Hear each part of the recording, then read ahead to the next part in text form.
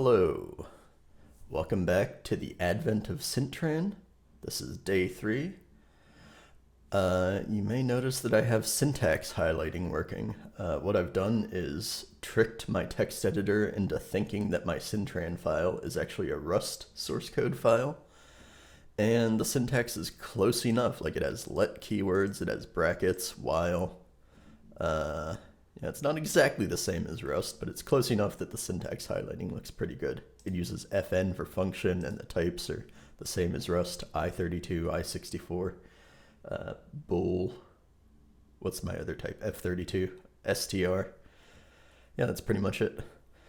So, it's day 3. I'm hoping that we get a grid problem, or like a vector problem, or a numeric problem, or something that is well suited for syntran. Anything but another string processing problem. Because, frankly, I've had enough of those in the past 2 days.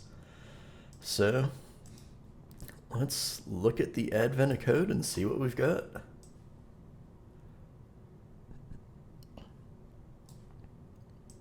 Let's go here. 2023. What's up with the spacing? We have 3, then a huge gap, and then 4. Is that supposed to be like that? I don't know. Anyway, it's only day 3.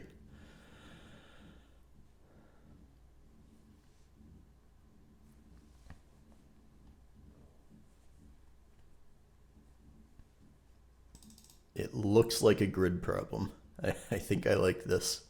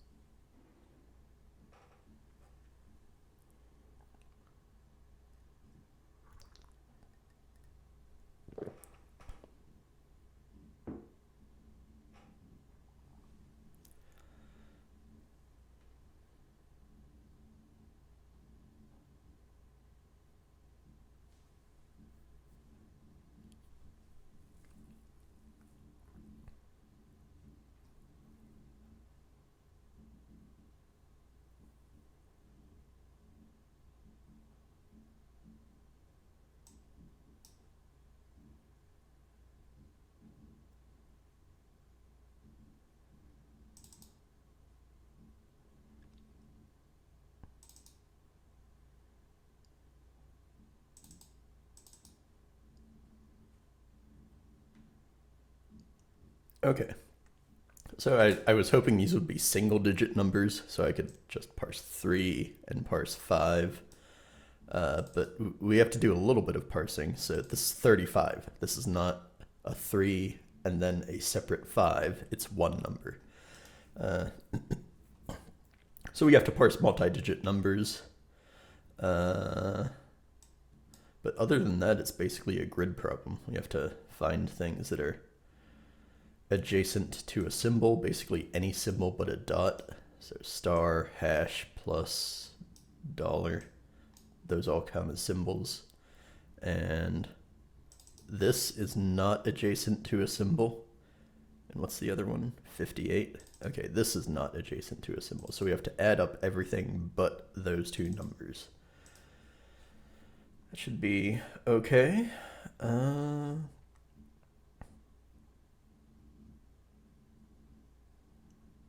It's like a combination of a parsing problem and a grid problem.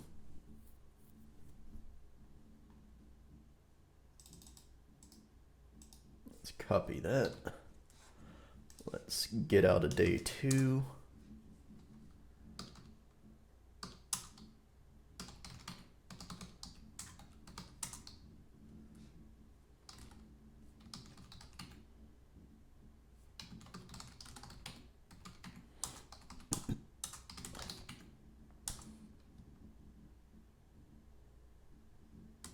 There's our template. Let's get into day 3 here. Let's paste that test input.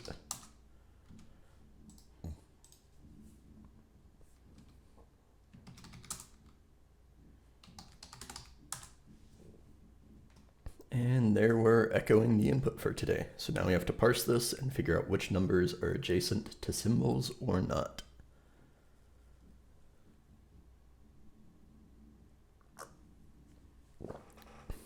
I think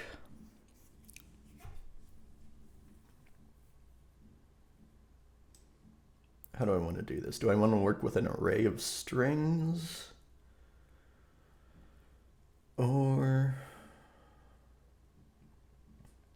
I think I want to make two passes. I want to read the whole thing. Technically three passes. I want to count the number of lines in here and then allocate a grid. Then I want to make a second pass where I mark the symbols with a Boolean rank 2 array, or like a Boolean matrix or a Boolean table, whatever you want to call it. I would call it a rank 2 array. And then I want to make a third pass where I parse the numbers and I check to see if the numbers are adjacent to strings. So I'm basically going to read the file 3 times. There are different ways you could do this. Like you could save it into one big string from the get-go. It doesn't really make a difference.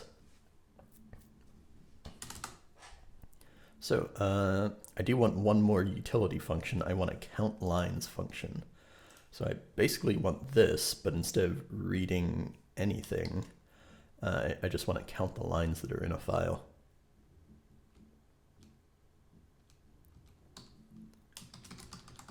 And that's going to go into utils because we will probably reuse this in later days.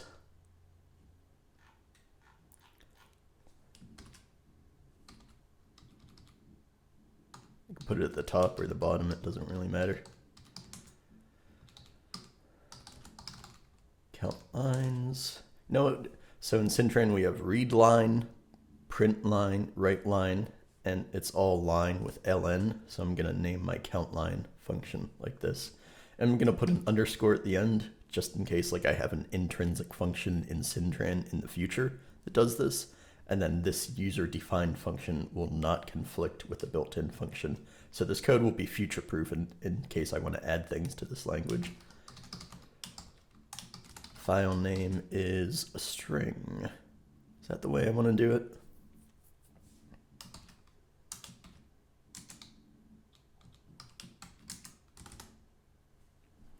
So yeah, I'm going to call count lines before this.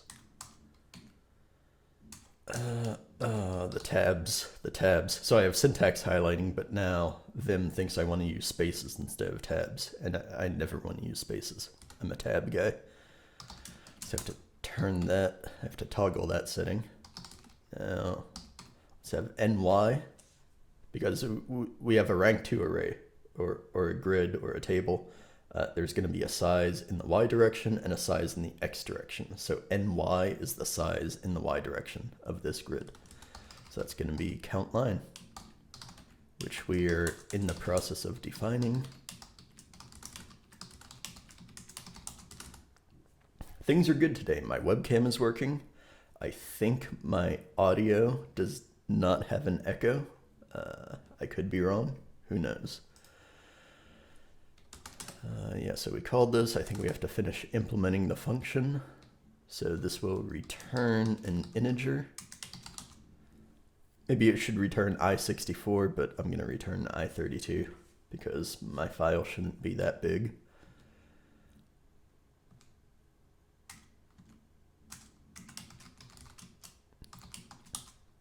I have to do some more text editor ricing because it really thinks I want to use spaces.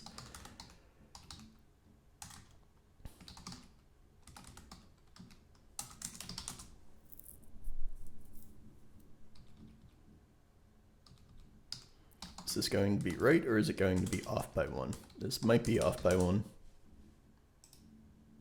No, because we're doing it before we read the line in the loop. So if this gets to the end of the file, I think this should be correct. And then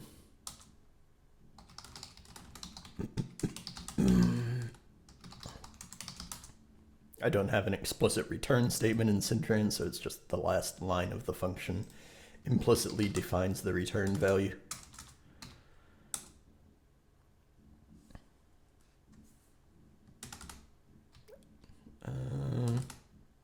It should be file name, not file names. By the way, we have type checking, so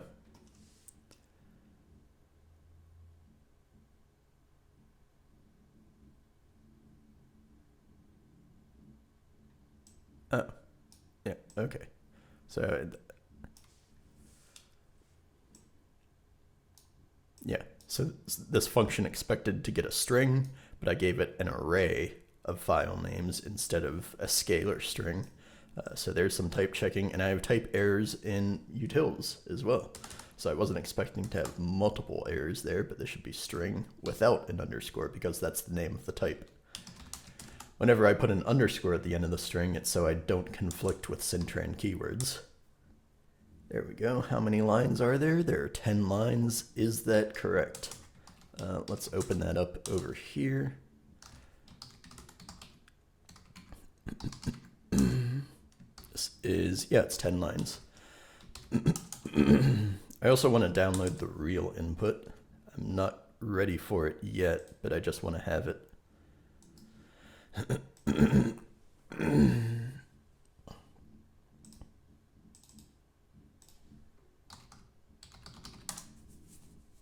All right.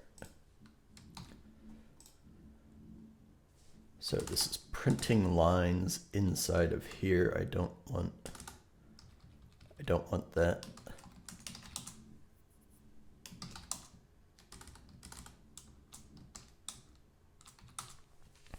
Okay, now we know there are 10 lines, and then we read the file again.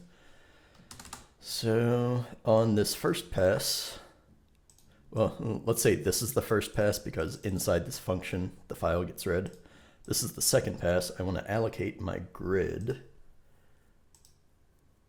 I have to read the first line so that I know how many characters are in a line, too.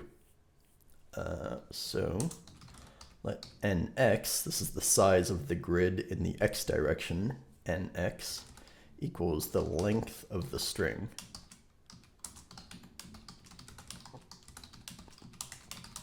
I really wanted a grid problem today. I'm so glad we got one instead of like a whole bunch of string parsing. nx is also 10, is that right? Yeah, that looks right. Vi, or neovim, shows the column number right there, so that's the 10th column. Now we can allocate a grid. I think I'll just have a Boolean grid where it's false for anything that's not a symbol and true for anything that is a symbol. And here symbol means anything that's not a digit or a dot. So plus is a symbol, star, hash, dollar. Those are the symbols.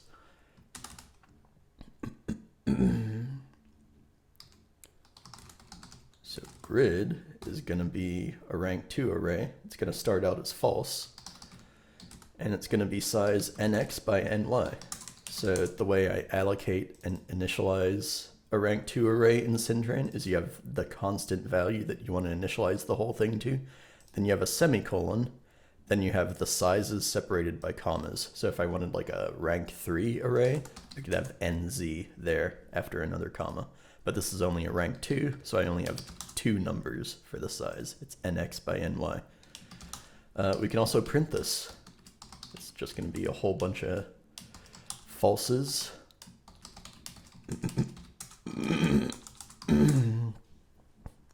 Yep, so it's actually too big for my window. But yeah, it's 10 by 10 falses. And syntran will automatically put a line break at the end of a row or a column. I think this is actually transposed because... No, this is right. Yeah, nx is innermost. That's the innermost dimension. You have to be careful thinking about whether your arrays are row major or column major. But this has x as the inner dimension, so x is first.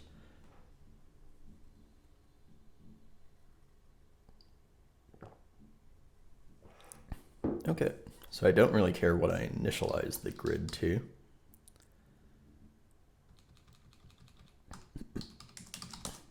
And we're going to have to make a third pass where we get the numbers too.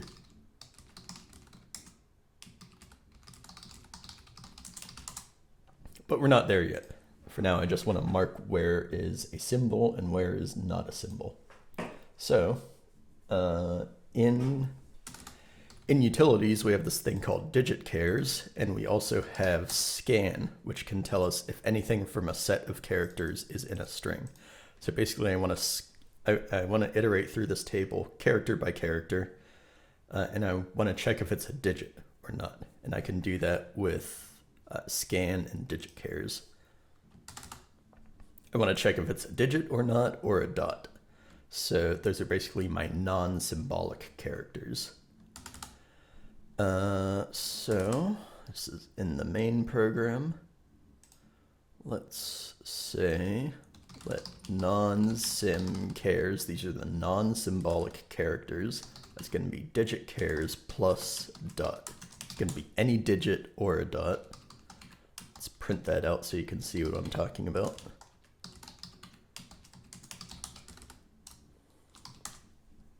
So non-sim chars, it's any digit or a dot. So there's the dot here at the end. So these dots in the grid do not count as symbols. Only like asterisk, hash, dollar, anything else counts as a symbol. So we want to iterate. IY is the index in the Y direction. At the end of this loop, we're going to increment that. And then IX is going to be the index in the X direction. So for IX, we don't need a while loop here because we're not just... Well, now that we know the number of lines in the file, we can make both of these for loops just for consistency, and then we don't have to rely on EOF because we already counted the lines here. So for IY in 0 NY, and then this is going to be the same thing. But since this is a for loop, we don't want to manually increment IY at the end of that. So get rid of that.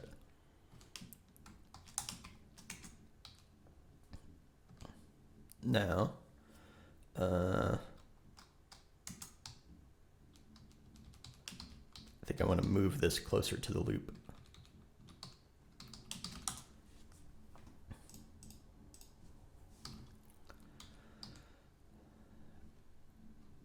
So grid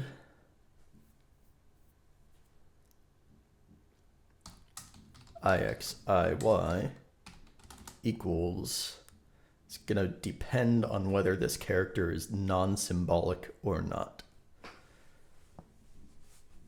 So it's going to be, I think I'm going to have this backwards at first. Scan. We want to scan a string for anything in a set. So the string is going to be IX. We only have one line of the file at a time. So there's no IY here. It's just IX. We're going to scan that for any non-sim character. And if it's a non-sim character, I want grid to be false. So it's going to be greater than 0, no, greater than.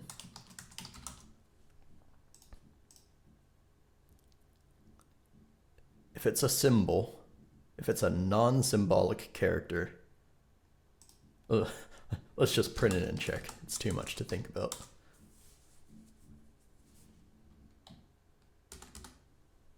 $24.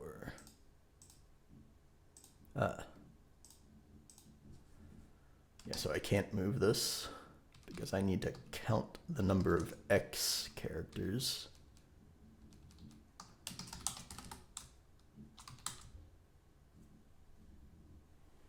So it would be nice if all of my booleans were, you know, like 5 characters long so that these commas would line up, but oh well.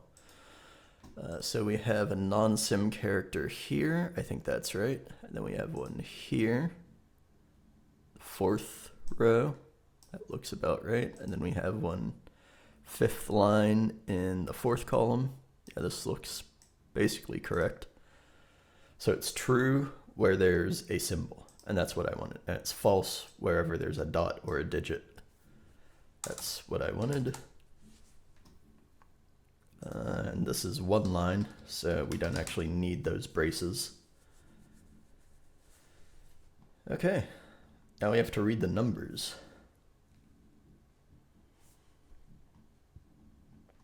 And to do that, I'm going to open and close the file again. That's a hacky way to rewind to the start of the file. But I don't have a rewind function, so I just have to open or close and open the file again.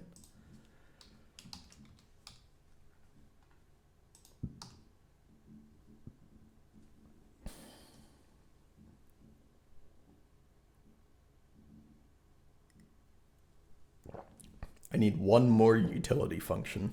I need a verify function based on verify in Fortran.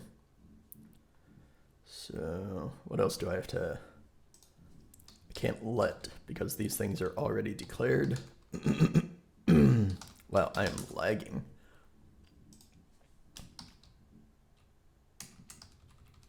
That doesn't do anything.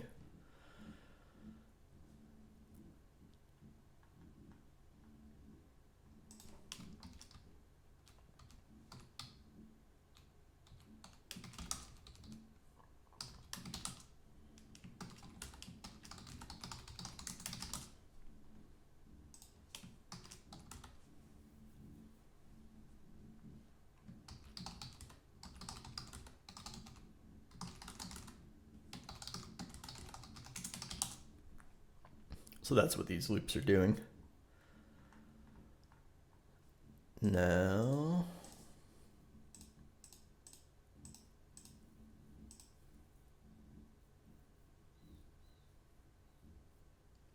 we already know the size of the grid.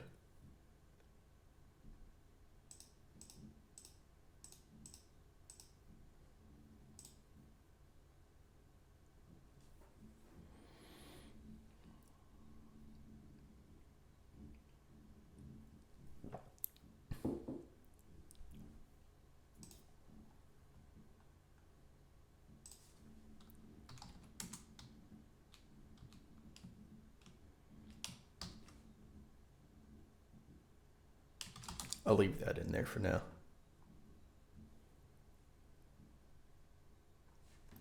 Is the audio on my stream working? I haven't checked.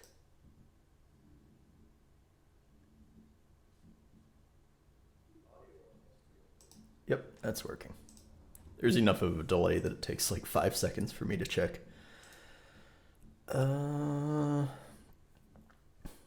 we already know the size of the grid. So I think I could have like a fancy parsing tokenization function, which would read this number and then skip straight to this number. But I think I'm okay with iterating like character by character, and then, you know, trying to read a digit here and then trying to read a digit here. I think it might be easier if I implement it that way.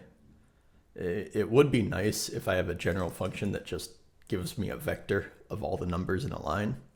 But I can't use that for today anyway, because I need to know the location of the whole string of digits so that I can check if it's adjacent to a symbol or not. So I think I'm going to iterate here character by character. So we're going to use a while loop for that, because it will sometimes step by one, and if we read a number, we will sometimes step by more than one. Like when we start here, we're going to start out by reading a 3-digit number, and we're going to increment ix by 3, because it's 3 characters long. So this is not going to be a for loop. This is going to be a while loop.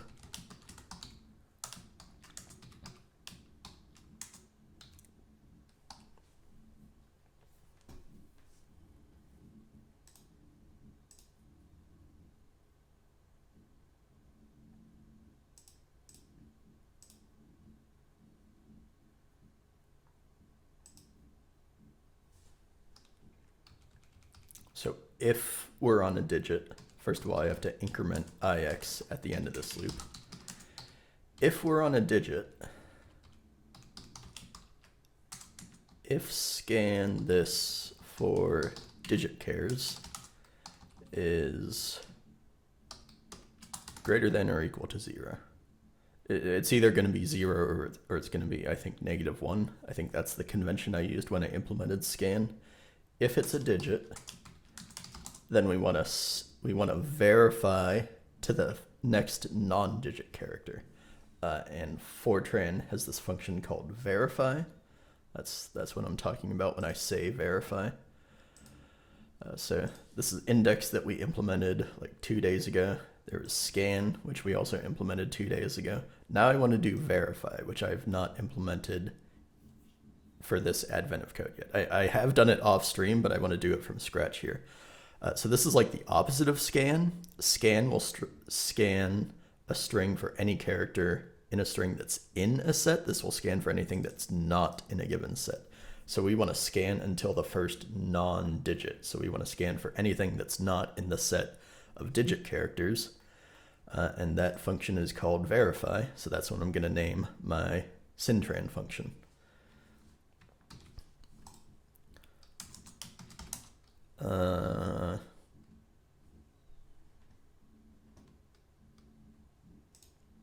So ix is going to be like the beginning, and then we want to verify to the end. It's going to be verify str ix through nx. So we want to start scanning at ix. We don't want to scan from the beginning of the string every time. So like if we're trying to read 114, we don't want to start scanning here because then we're going to verify up to this position. But what we want is to verify up to this position. So we want to scan from this until the end of the line. So that's ix through nx through the end of the line. And we want to verify that for digit chars. So as soon as verify finds a non-digit char, it will stop and return the length. Really it returns the position, but because we're starting at ix, this is going to be the length. And maybe there's going to be an off by 1 error. We can correct for that later if we need to. And we still have to implement this, but I want to like get the calling function finished. So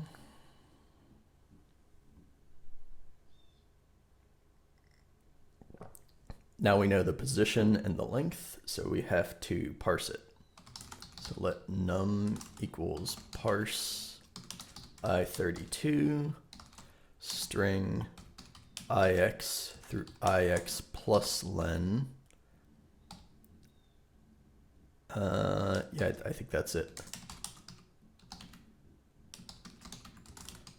Let's print that, and then at the end of this loop, we increment ix by 1, but if we parse a number, we have to increment ix by whatever the length of the number is. And again, there might be an off by 1 error here. We'll find out. But now I need to implement the verify function. So it's going to be sort of like scan, except it's going to be flipped a little bit.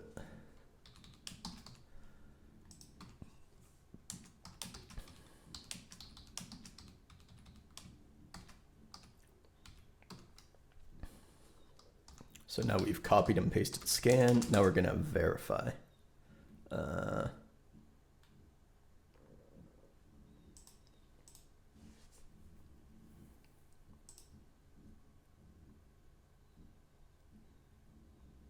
Now we're sort of going to invert the meaning of found, because we're not looking for a character in a set. We're looking for a character that's not in the set.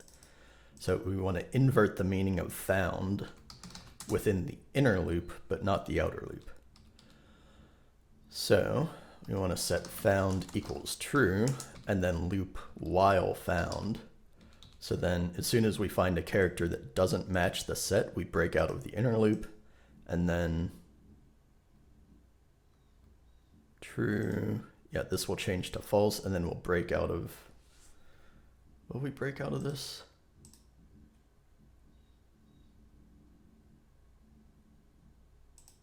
think I want to initialize it here. Is this right? Verify was a little trickier for me to implement than scan when I did it off stream, so I might be wrong here. If I initialize it to true up here, then I don't need to initialize it inside the loop again.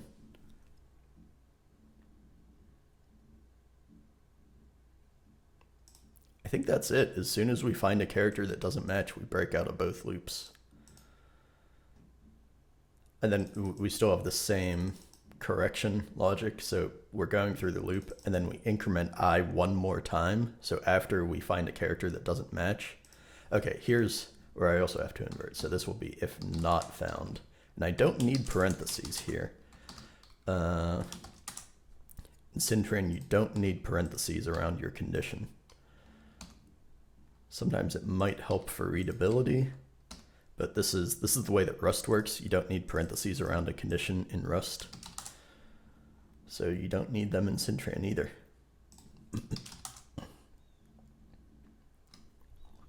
So I think that's right. And if this works, we also have scan, which goes from the front to the back, and we have scan back, which goes from the back to the front in the opposite direction. So if verify works, I might want a verify back function, but I don't know if I'll need it today. Yeah, so let's see if that works. We should be able to get 467. I think this should parse every number in this grid. If it works, and it probably won't even parse. Like my syntran interpreter won't even parse my source code. Yeah. I did get 2 numbers. Or no, I didn't. I just echoed the string.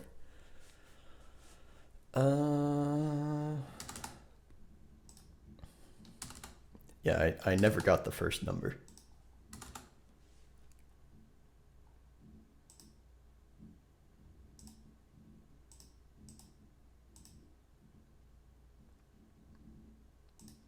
AOC, welcome back to the stream, Alvy.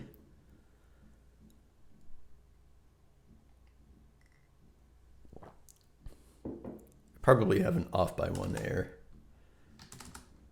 Last message was mine. Well, yeah, I don't have a lot of viewers. And I'm not sure how to reset the stream chat so that like the chat from the last stream doesn't show up today.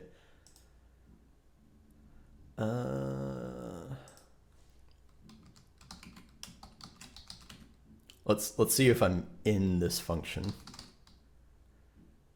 Oh wow, second chatter in the chat. Bad Cop says you don't have a lot of viewers yet. Yeah, let's see if we can change that.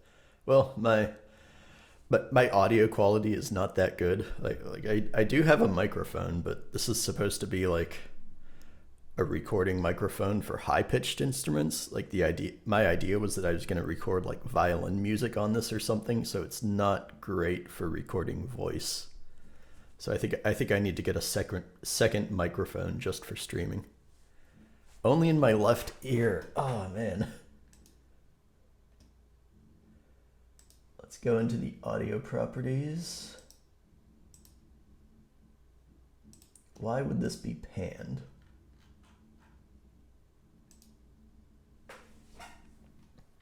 Properties. Advanced audio properties. Huh.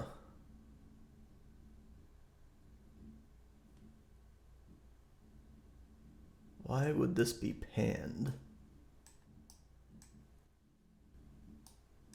It says it's in the center. Is it any better now?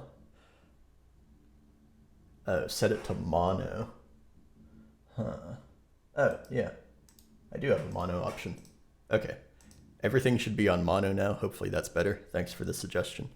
This is not Golang. This is syntran. This is a language that I invented. It's supposed to look a little bit like Rust, but it's not exactly Rust. Cool. Audio is better now. Starting verify. You invent? Yeah. Well, I started this about a year ago. I started this at the end of Christmas break last year. I started watching a YouTube series by this guy named Immo Landworth. Hope I'm pronouncing that close to correctly.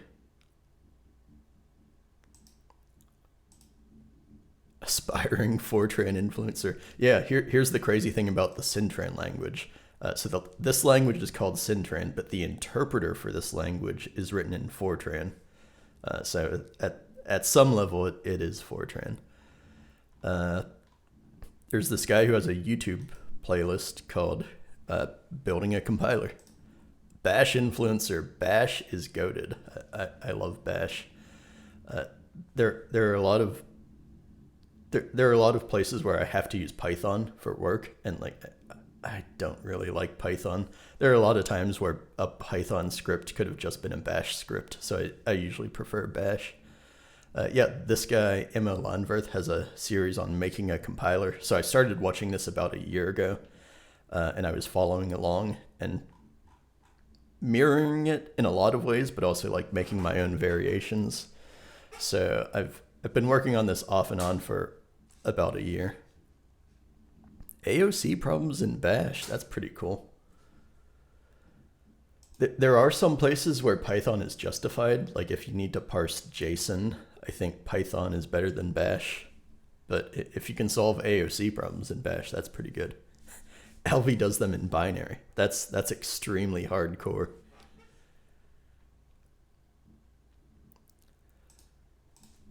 Where were we? So I think this function is wrong. Let's see what this is returning.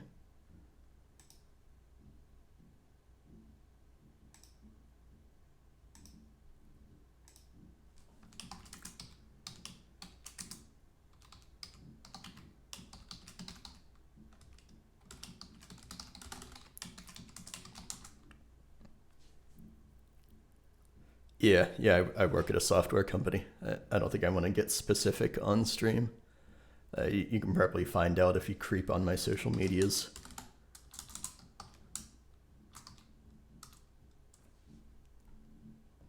Yeah, so anytime I have a bug in syntran, I will get a Fortran stack trace because the interpreter is written in Fortran. You may backend or something else. Yeah, you could say backend. I make desktop software, like console software. Starting verify in -2. I think found. You work at PS5 for sure. Not that kind of console. I meant like command line software. I don't really work with any graphical interfaces. So I work in like low level stuff.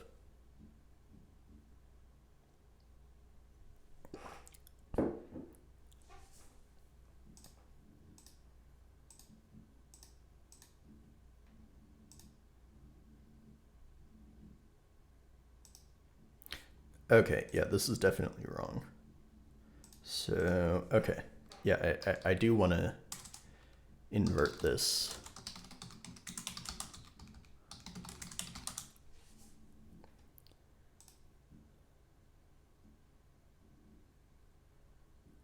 So then if we find a character that matches the set, we break out of this loop and we continue this loop. I think that might be correct. Low level Fortran enjoyer. Yeah, that's right. Day 3 was not very idiomatic Bash, unfortunately. I am so glad that we finally have a grid problem in Day 3. This language is supposed to be an array-oriented language, so it's supposed to be very good with working with grids or like vectors of numbers. I was really getting tired of day 1 and day 2 with all of the string processing. Bash doesn't have 2D arrays. Yeah, this language has 2D arrays built into them. Or built into it. What is the highest level language out there? That's a good question. I mean, back when Python came out, I would say that Python was a high level language, but nowadays I don't think it is. Could you argue that like natural language input to Chat GPT is the highest level language? I think that might be it. Windows 11, Cortana. Cortana is a high level language. Or what's Microsoft's AI name? Google has Bard. I can't remember who Microsoft has.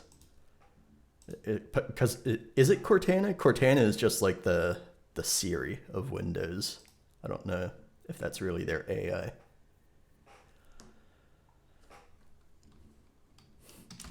Jira tickets. No, don't talk about Jira tickets. It's the weekend. We don't do Jira tickets on the weekend. All right, now I have an infinite loop. Oh, no, it did something. So, hey, we got a number. So we parsed 467. Yeah, 3 seconds. This is really slow. I have a lot of optimization work. More likely, I will never make this language run fast. So we got 467, we got 114, we got 35. I think we parsed all of the numbers in here. Are there any numbers that are at the end of a line? I want to make sure I don't have like off by one errors. I think there are not in here. 10 minutes? I don't think it's going to be 10 minutes. I don't know why this took so long. Okay, I ran it again and it took like 0.3 seconds. I have a hard disk drive. I don't have an SSD on my personal computer here. So sometimes things are just really slow, and when I start up a process for the first time in a while, like it takes a while to warm up. So then like the second time I ran it, it was 10 times faster. Yeah, I don't know why it's like this. This computer sucks. It's a desktop, but it's just a really bad desktop. Like it has some old i3 or i5 Intel chip, and it has the hard disk drive. It's not very cash money, no. Yeah, let me take a look at the real input.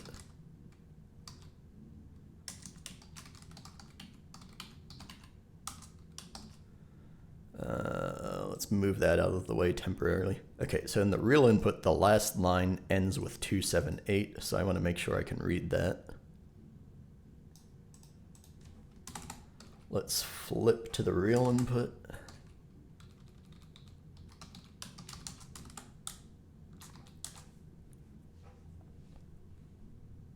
Probably don't need to print the whole grid. Okay, it crashed.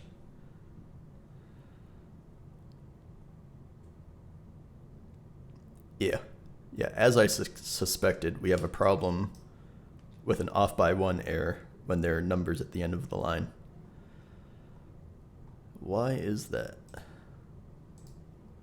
Let me turn off some of this printing.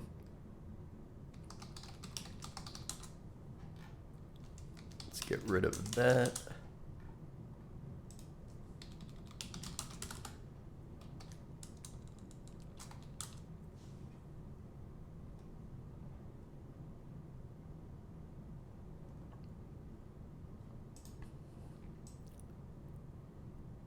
Sorry, I need to move this out of the way temporarily. I'll move it back. Hopefully I remember. So where do we get 590? This is line 20. Yeah, it looks like line 20. So we get 590, 636, 683, 128, 524, 507, 636, 991, and then we crash on the final number of the line, because apparently I have some kind of off by one error.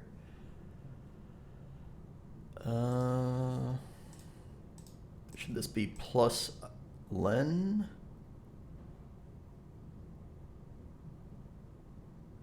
Should be plus len minus 1. Is that all it is? It's not that. Now we crashed somewhere else. Yeah, that's not right. I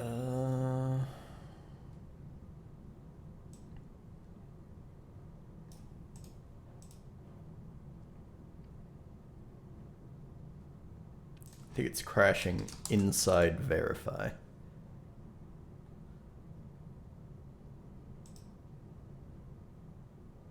Why would this crash?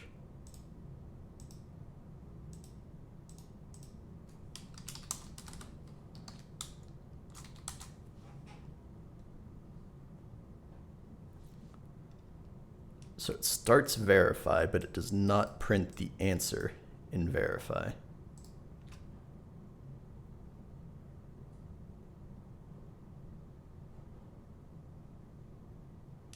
Why do we have ans equals -2 all the time?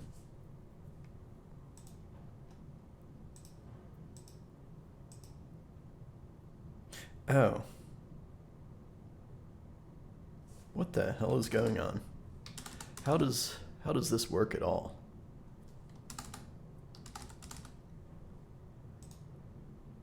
Oh. Ans equals I minus 1. I mean, that shouldn't affect the return value.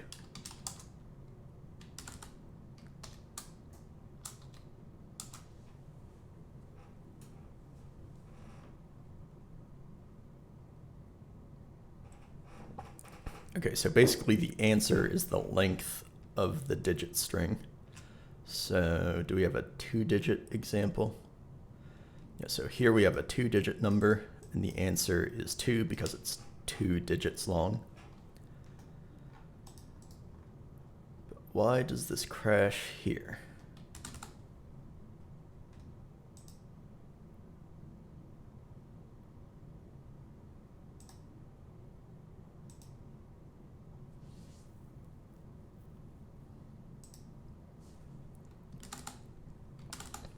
Is the input wrong? Oh yeah, it's supposed to be nx minus 1.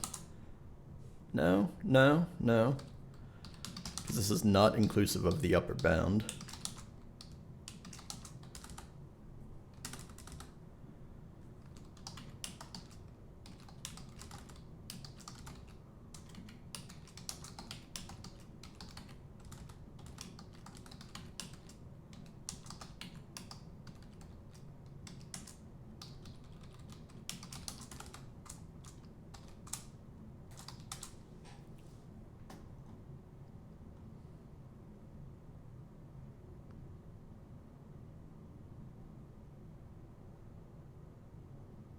Oh, my video froze again? Come on, man.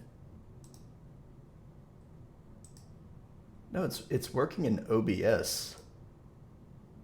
Okay, my network is slow. Yesterday I had this problem where my webcam stopped working halfway through the stream. Okay, so maybe I have a problem where the whole string is digits, and then what does this return?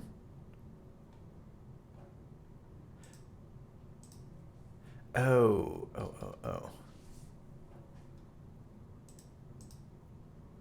So if the whole string is digits, what do I want to return? How does this function work in Fortran?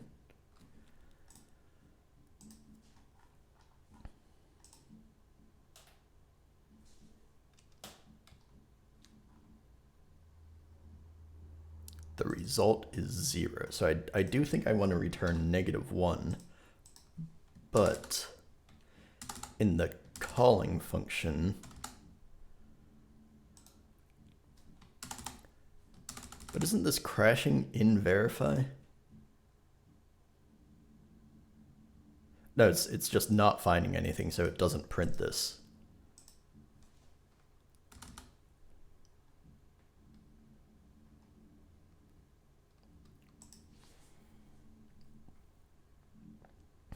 So after this,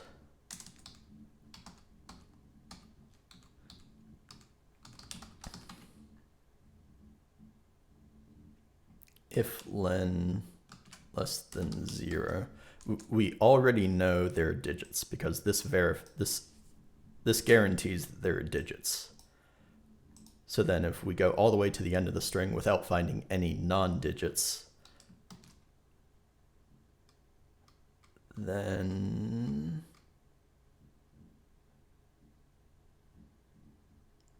how can I do this cleanly? len equals nx minus ix. That might be off by 1.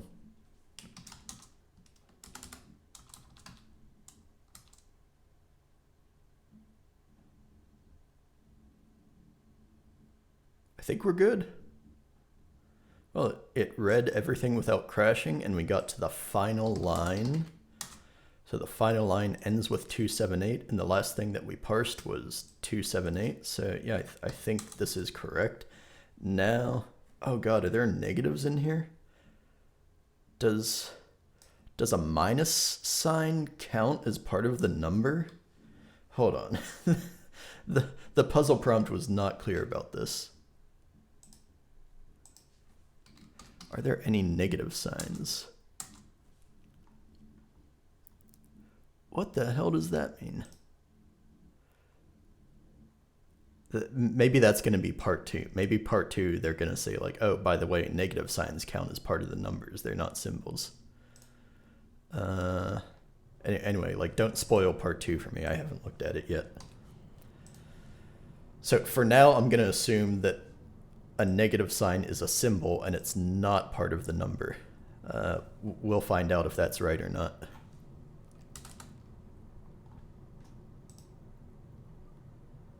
So now we have the starting position, and we have the length of every number, and we have the grid saved as a rank 2 array, marking the symbol locations. So now we have to figure out if these numbers are adjacent to grids, or if these numbers are adjacent to symbols. And if they are, we sum it up. If it's not, we don't include it in the sum.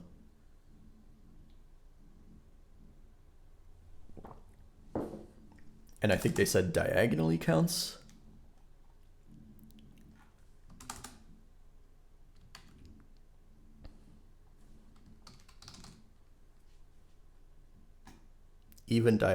diagonally counts.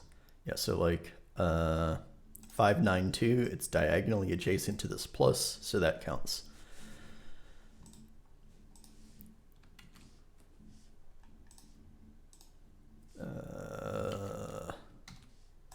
Okay, so we found a number. We know we have the y position and we have the x position.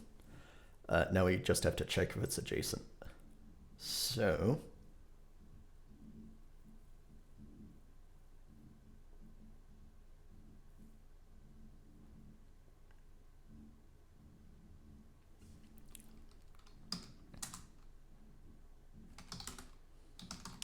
if any adjacent character is a symbol, this thing is going to become true. So we're going to initialize it to false. And then we're going to iterate in a box around the numbers. So we're going to call these jy and jx because I'm already using iy and ix. So jy in, and this is going to be tricky because we can't overflow outside of the grid. So it would be iy minus 1 through, I have to be careful about off by 1 errors, iy plus 1. That would be not inclusive.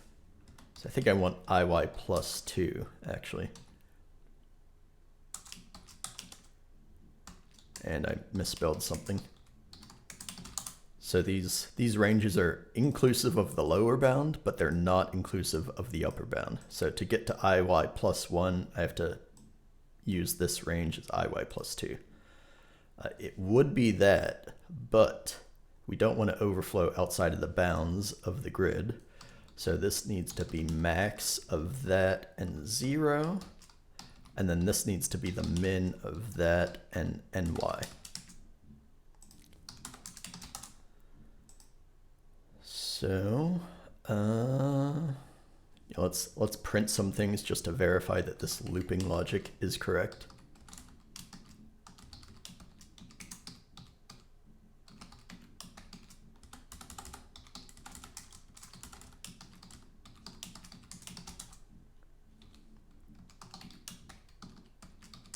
And let's go back to the test input. Set this to 0 to select the test input instead of the real input.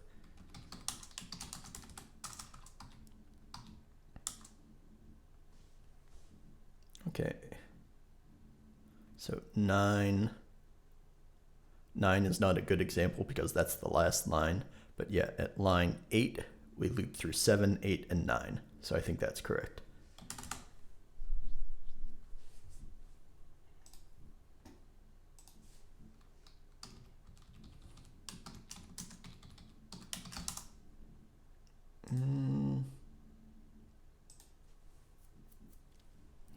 Now we're going to need a nested loop for x, and it's going to be the same idea.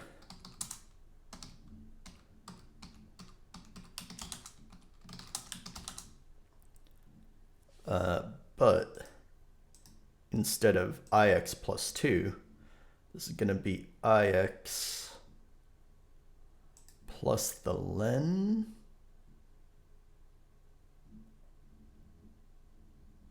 plus 1.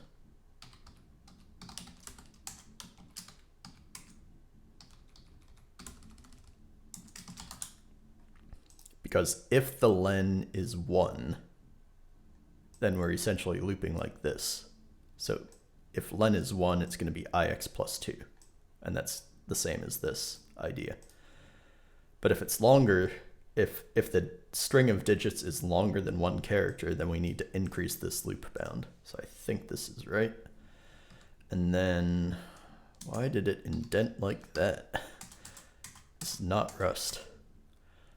Any sim equals any sim or grid jx, I think that's it. What I need in this language is I need an or equals operator. So I need to be able to do like, not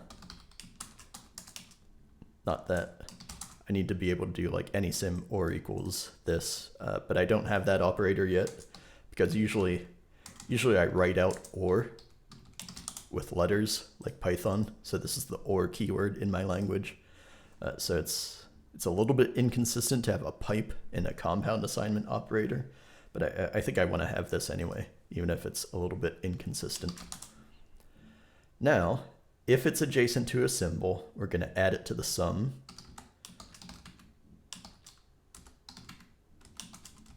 Plus equals num. And I think that's it. Let's see if this is right.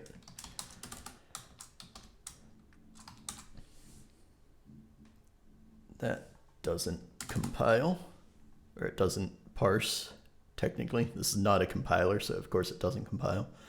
Num is not in my scope. So we're going to initialize it up here.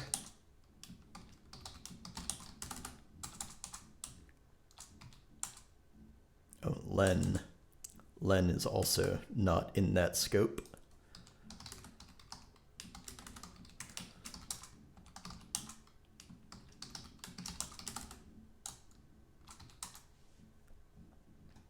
Two, 3, 7, 5.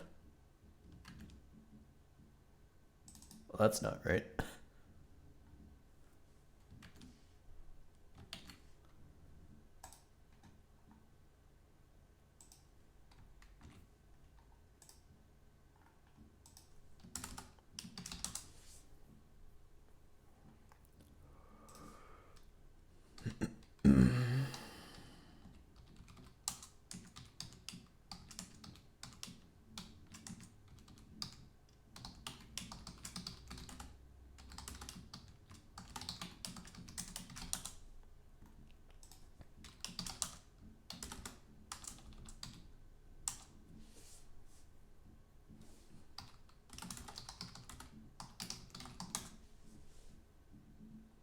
Okay, so it added zeros a bunch of times. That's fine. That shouldn't affect the answer.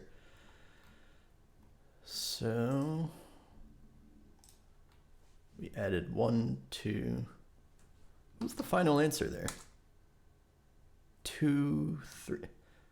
What did I change? Isn't that right all of a sudden? That's 4, 3, 6, 1.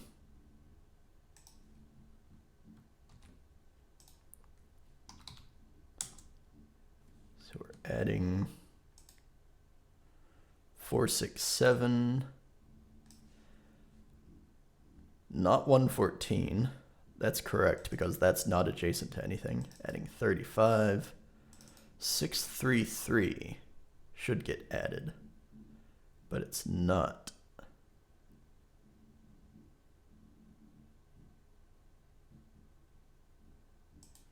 Six, 3, does not get added, but it should get added.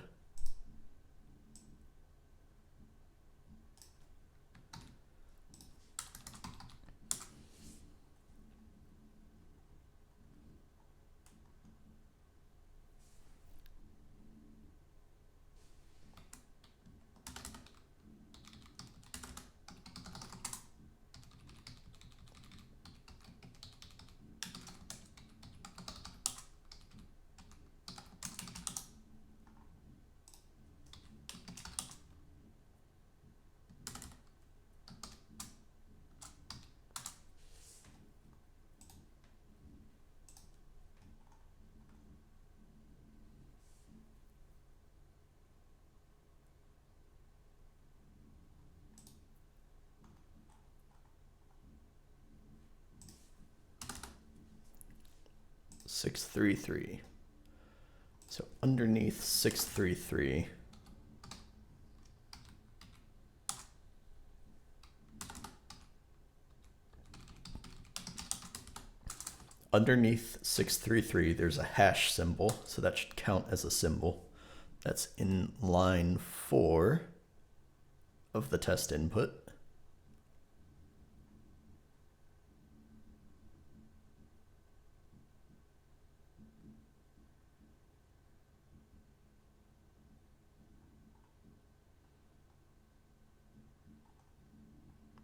One, 2, 3, 4.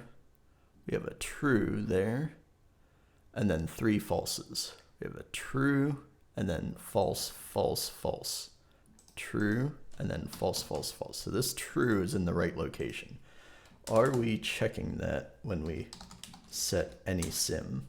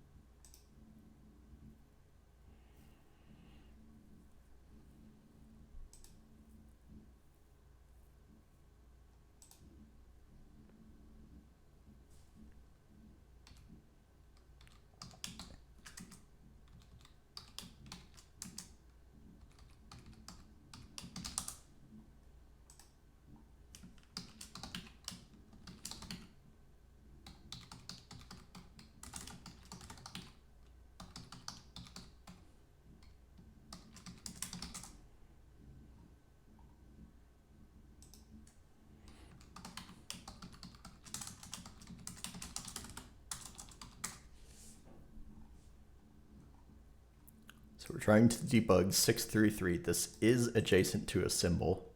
So why does my code think it isn't?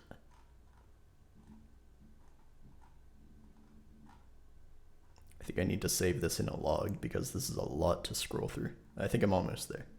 So 617 and 633. Get a bunch of falses. So which indices is this iterating through? 1, 2, 3, 4, 5, 6. It's not iterating through a big enough grid.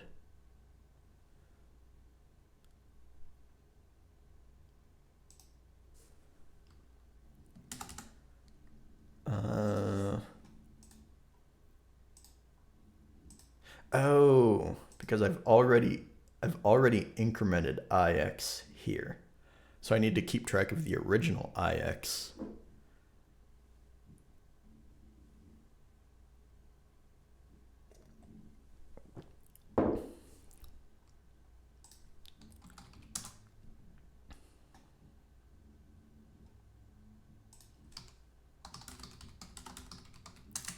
So IX not is the original IX, and then we increment it here, but I don't really want to change the value for the purposes of this check. So this check needs to be relative to ix naught. And I want to like keep things aligned here and add a little spacing.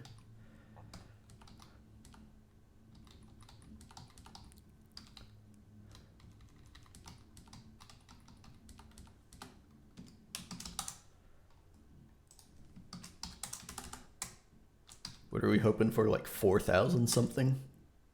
4361? That sounds like it might be right.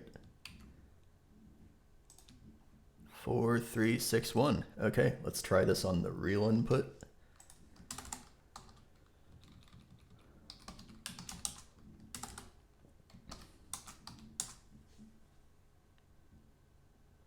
Don't need to print all this.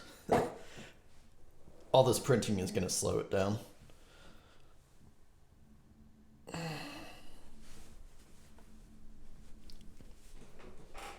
This is too slow.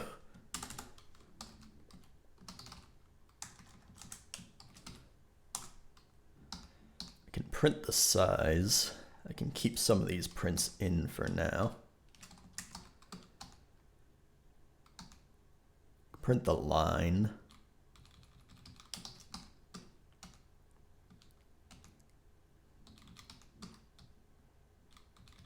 All right, that should be better.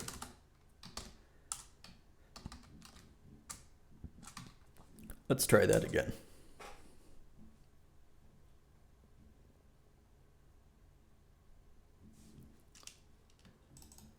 $540,000. Let's find out if that's right. Let's go. All right, before I do part 2, I'm gonna refill my coffee. So I will be right back.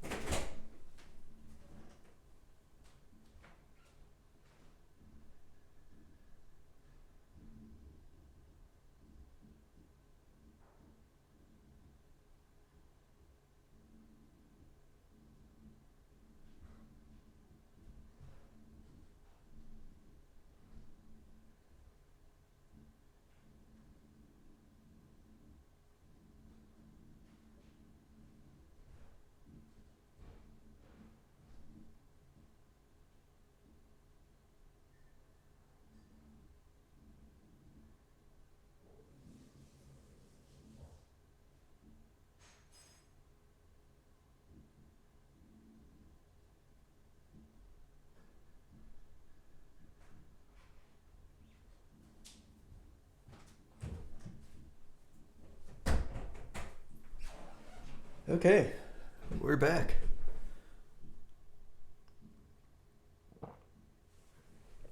So that was part 1.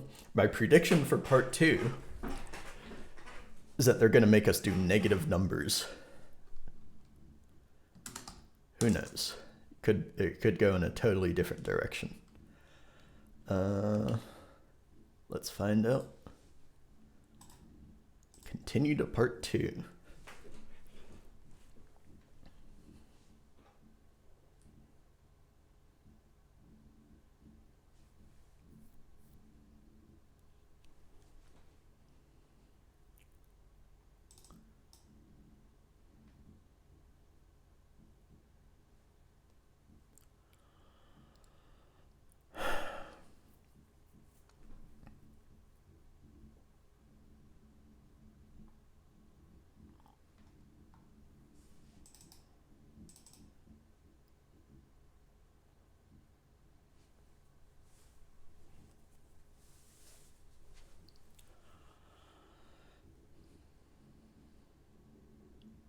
Okay, that's not the direction I thought it was going to go. I was almost on the right track, so they're reinterpreting one of the symbols as some kind of mathematical operator. But I was thinking, like, the test input doesn't have any minus signs, but the real input sometimes had like a minus sign right before a number. It's not that, though, it's the asterisk, which changes its meaning. So this is a little bit annoying because we have to search for 2 numbers around here. But we can do that.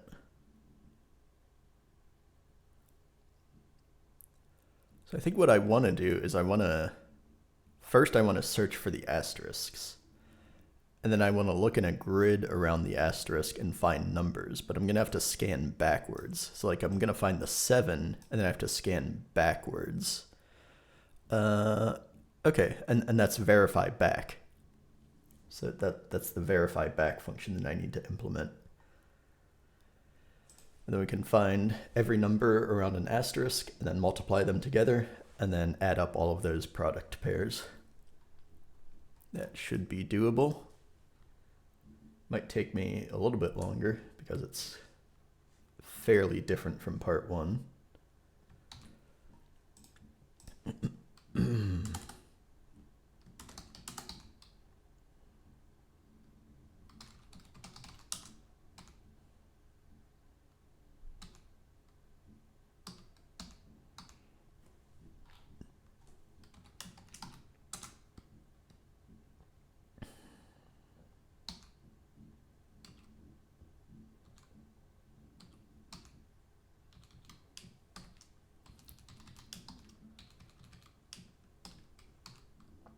Copy and paste part 1, and then we're going to make that part 2.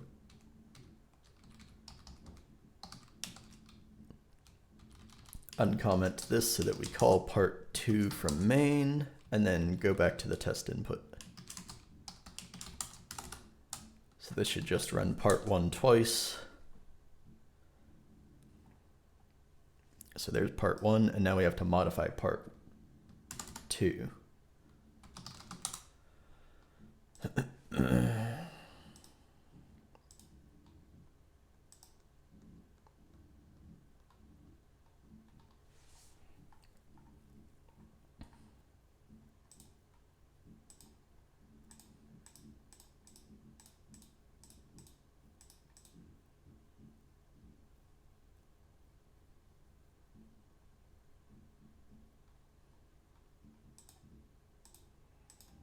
I think I want to save all of my strings in an array.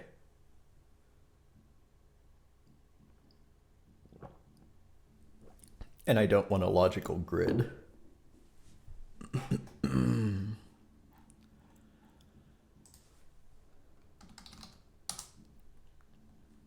So we have string for one line. And then instead of a grid, I don't really need the grid anymore because we don't care about any of the other symbols. I'm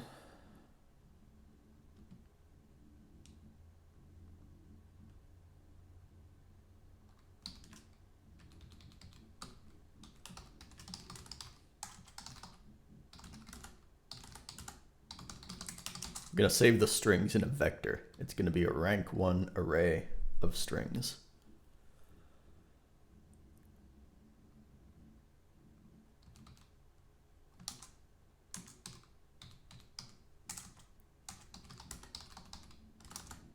strs are the strings. It's going to be initialize it to the empty string, and the size is ny. We have one string for every line of text. Because when I find an asterisk, I'm going to want to look at the line above it and the line below it. So to work with that, I think it's easiest to have a vector of strings.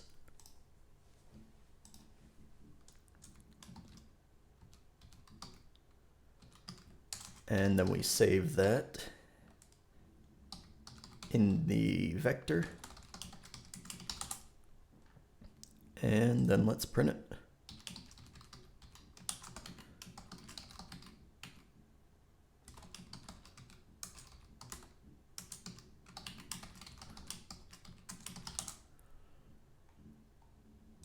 I think I can just delete the rest of this function for now.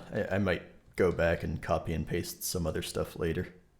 But it's different enough from part 1 that it doesn't really help me to have this in here.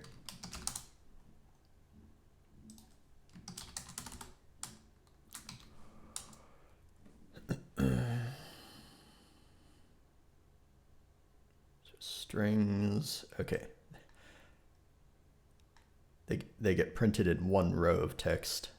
That's okay. But yeah, this is basically the vector that I want.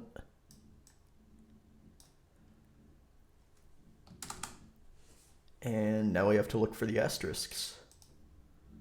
So there's going to be a second loop where we're going to look for the asterisks.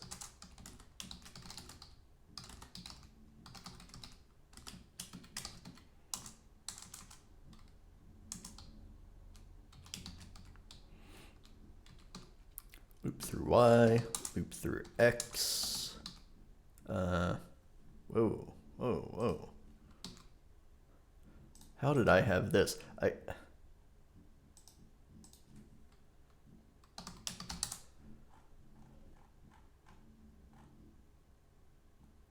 Wow, I got lucky that it was 100 by 100 or 10 by 10 in the test and the real inputs. But yeah, that was not necessarily right.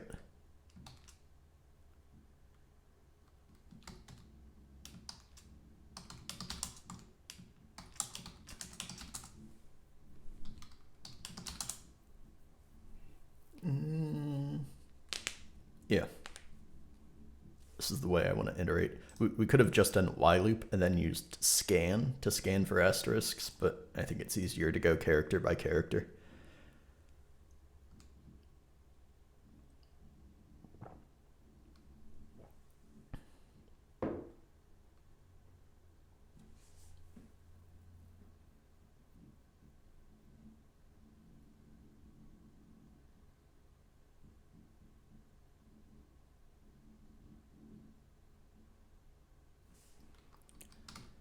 If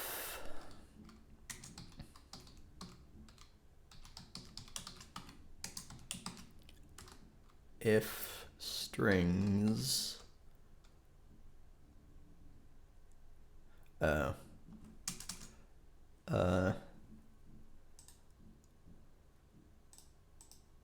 I have to copy this, so I have some funny rules about string arrays in syntran, so I can't really substring a vector of strings right now. So I have to make like a temporary variable for the current row.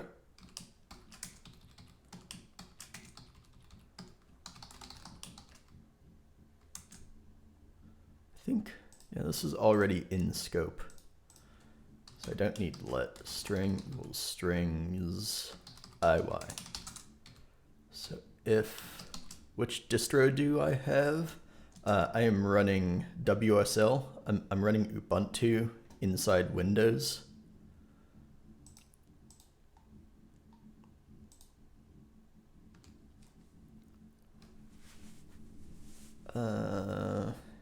If string ix equals asterisk, let's just print the asterisk positions for now.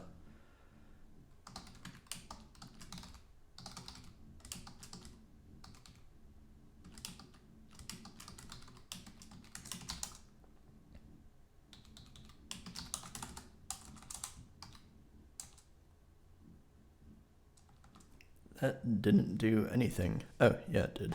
So I have an asterisk at why not native Linux distro? I don't know. I just like using Windows. I have to use Windows anyway for work, so I'm used to it. There are things that I like and things that I don't like about every operating system. There are some things about Linux that are nice. Like I love being able to use tmux, and the only way to run tmux in Windows is to run tmux inside WSL. So we have an asterisk at 3,1 and 3,4 and 5,8. These indices are off by 1, so 5,8 is really 6,9. Yep, so those are the asterisks. And then now we have to look for numbers around the asterisks.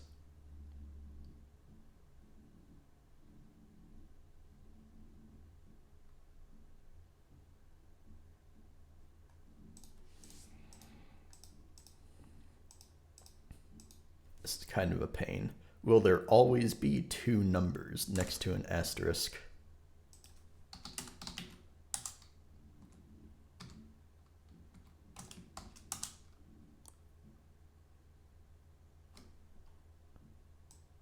I can't tell. I have to look at this in a different window because my screen is too small and my font size is too big.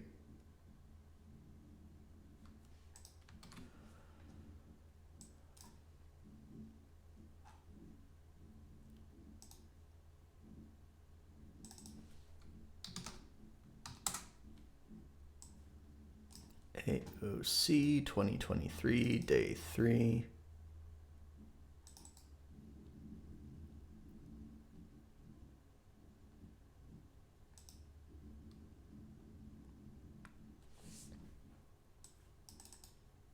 Okay, there we go. Now one line fits in my window.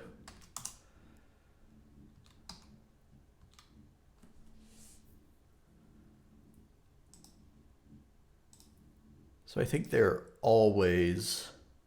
No? Ugh. This asterisk is only adjacent to one number. So what do we do there? Right, it's adjacent to 726, but there's no other number next to this asterisk. So I'm glad I looked at that.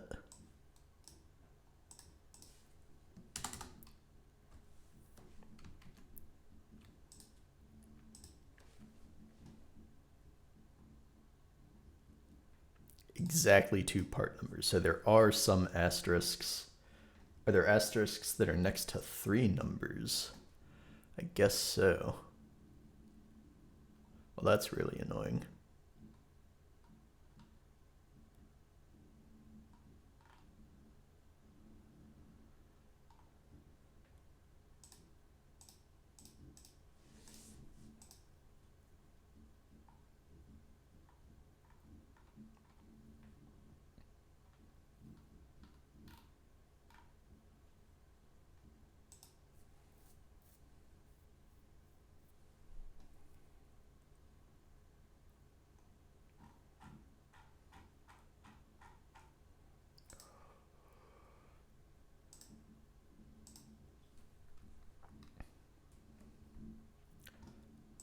So I have to be careful for asterisks like this. So I can't just iterate in a grid around the asterisk. Like this is a 3x3 grid around this asterisk. I have to make sure I only parse 197 once, and I only parse 160 once. So if I iterate character by character, I can't like find the 1 and say that's a number, and then find the 9 and say that's another number. I have to make sure I treat this as one number.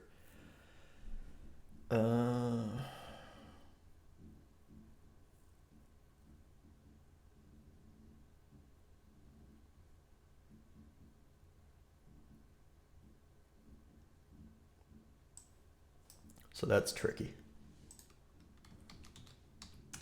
Is there anything like that in the test input?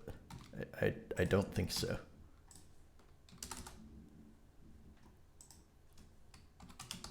There are only... there are 3 asterisks in the test input, and one of them is only next to one number, but we don't have any triple numbers. But we do have this. We have this 35, where both of these digits are adjacent to the asterisk because diagonals count.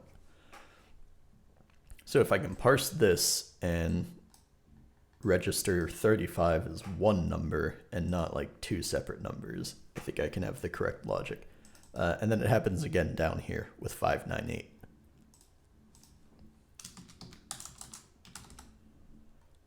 So we found an asterisk. Now we have to look at the string above and the string below and the string for the current row. So we're gonna have like 3 different rows that we have to search for numbers in.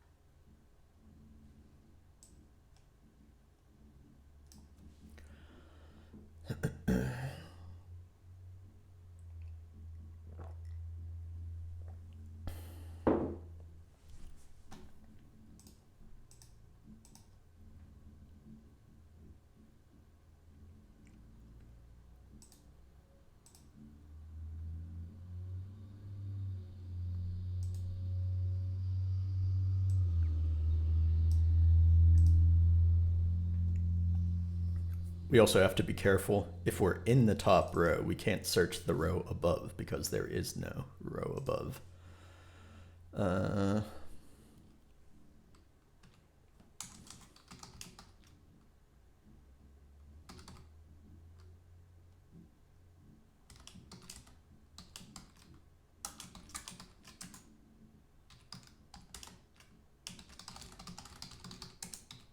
So we're going to search the row above.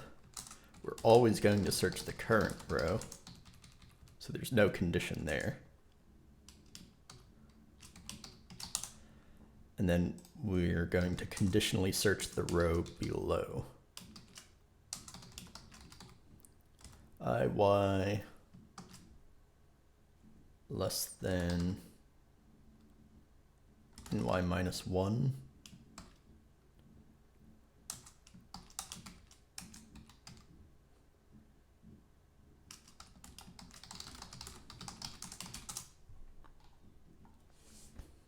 And during this search, we want to keep track of how many numbers we found.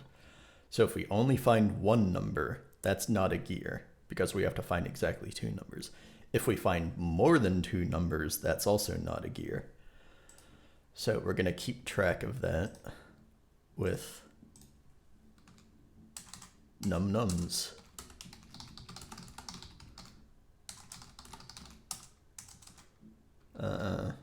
About nnums.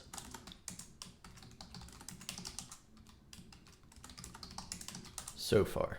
And we're looking for exactly 2.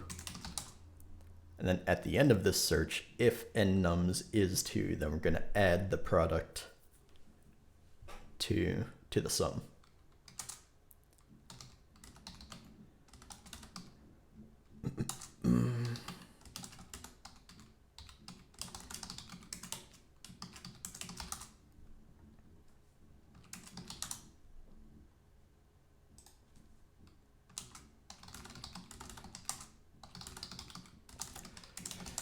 You could,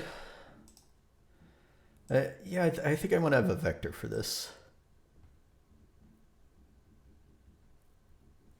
What's the maximum numbers that we could find? We could find 6. There could be 2 adjacent numbers in the top row, 2 in the current row, and then 2 more in the row below. So I think I want to have a vector for this.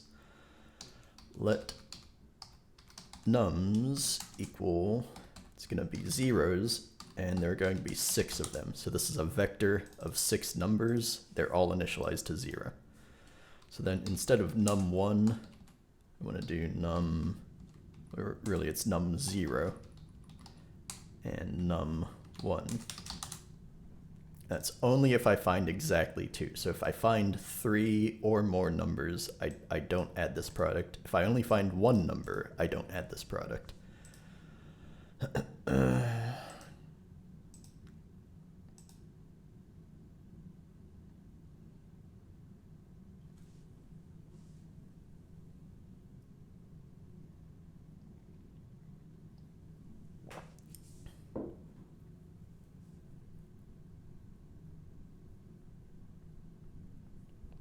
Now, searching the row above is tricky, and the row below. So I'm going to have some code here, and then I'm probably going to copy and paste it to the row below once I get this working. But like, where's an example? So here, I only want to get 197 once, but where's a case where I want to get it twice? Yeah, so here I want to parse 53 and 855 as adjacent to this. And you can only have 2 numbers in the row above if the character directly above the asterisk is a non-digit. Because if it is a digit, then you just have 1 continuous string of numbers. But if it's a non-digit, then you can have 2 numbers here.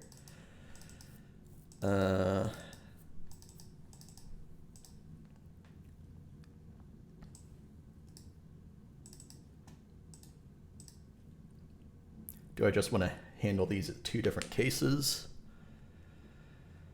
It might be a little bit messy with duplicated wet code, but I think that might be the way that I'm going to do it.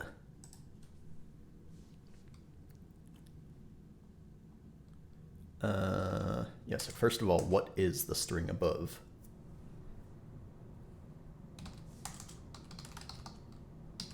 string above is str's iy minus 1.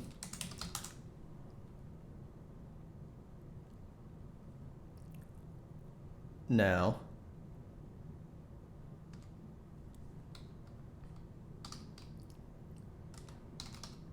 if the character directly above the asterisk is a non-digit, I need some helper functions. I need like an isDigit function, and I need verify back.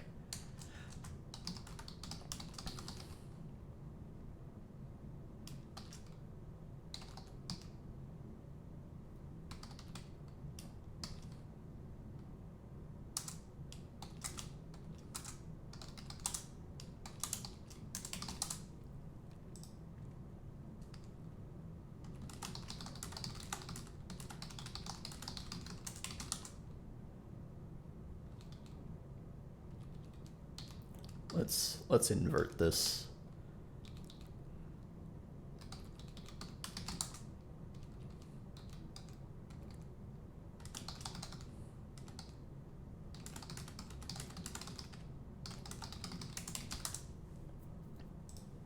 So I need an isDigit helper function, and I also need to implement verify back. So we have these digit chars and we have scan, and that's enough for an isDigit function. Function isDigit.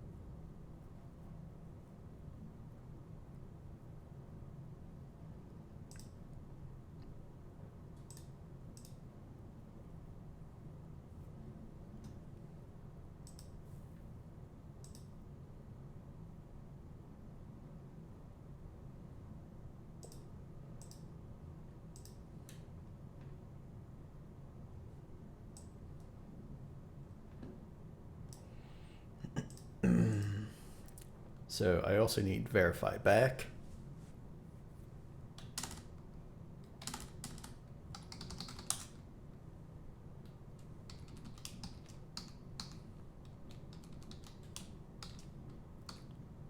Which will scan from the back to the front of a string until it finds a character that's not in a set.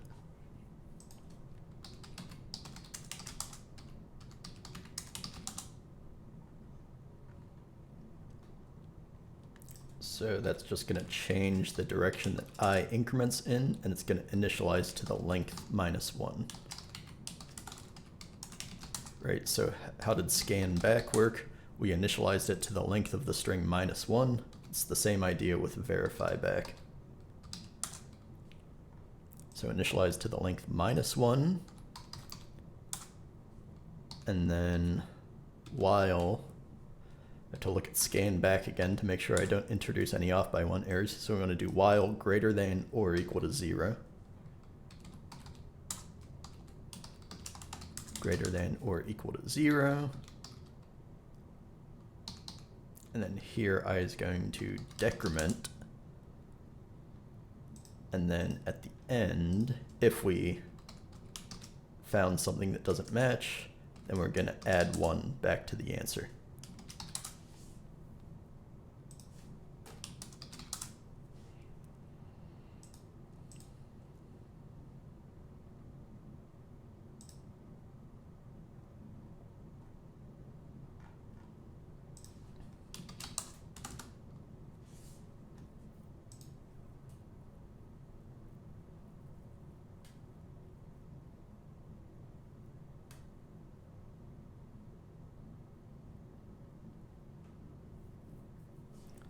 So we're going to verify back. So if there's a digit directly above, we have to see where that number starts. So if we have to scan to the left until we find something that's not a digit, and that's what we're going to use verify back for. So I begin equals verify back STRA from the beginning of the string to IX plus 1.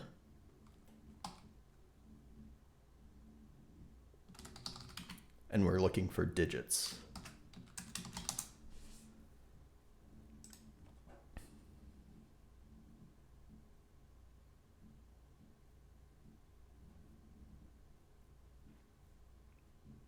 And if that doesn't find anything, it has to find at least one. So I begin is never going to be negative because we have this plus 1 here. If I didn't have this plus 1 here, I would need some extra logic.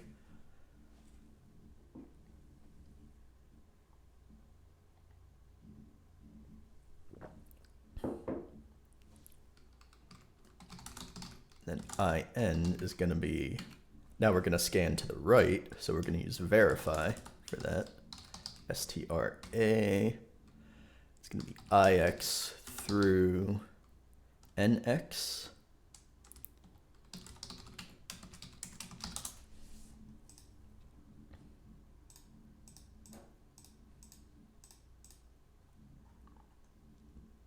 I have NX, yeah.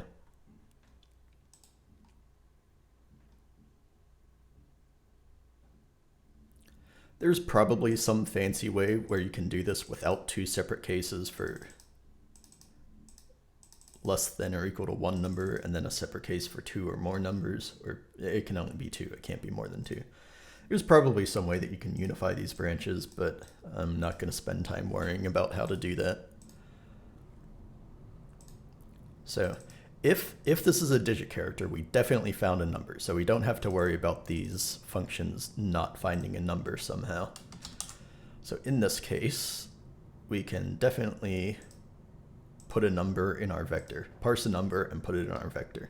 So nums, nnums, and then after that we're going to have to increment nnums equals parse I32. It's going to be string, I think we're going to have some off by one errors because this will find a non-numeric character. So we're going to have to add one to the beginning, and then the end is not inclusive, so we don't have to do anything to the end.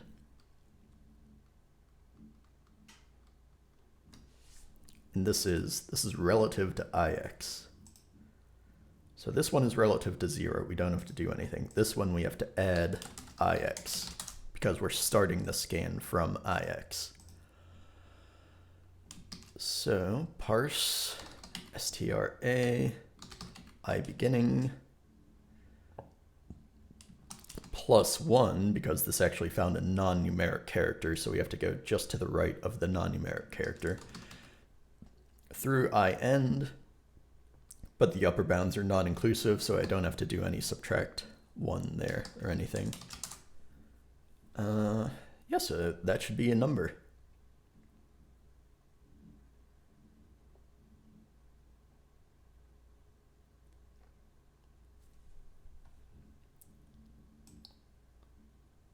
Let's print there and see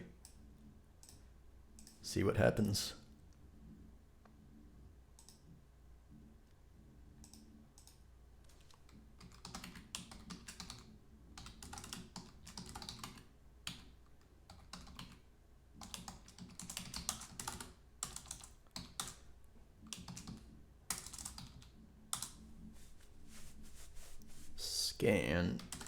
Scan.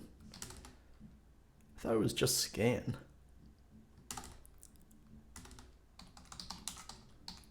Did I mess this up?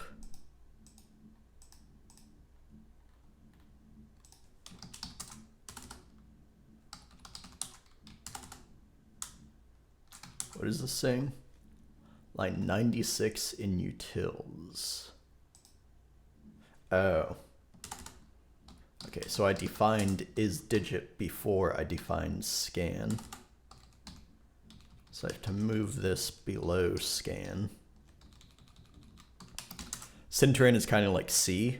If you have a function that uses another function, the function that gets used has to be defined above.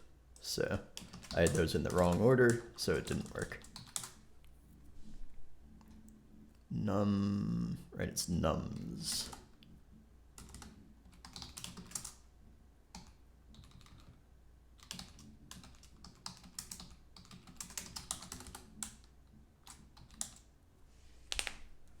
Okay, that did something. Now what numbers did it find? It didn't find any numbers. Because there are no cases in the test input where there's a digit directly above an asterisk. So let's run this on the real input.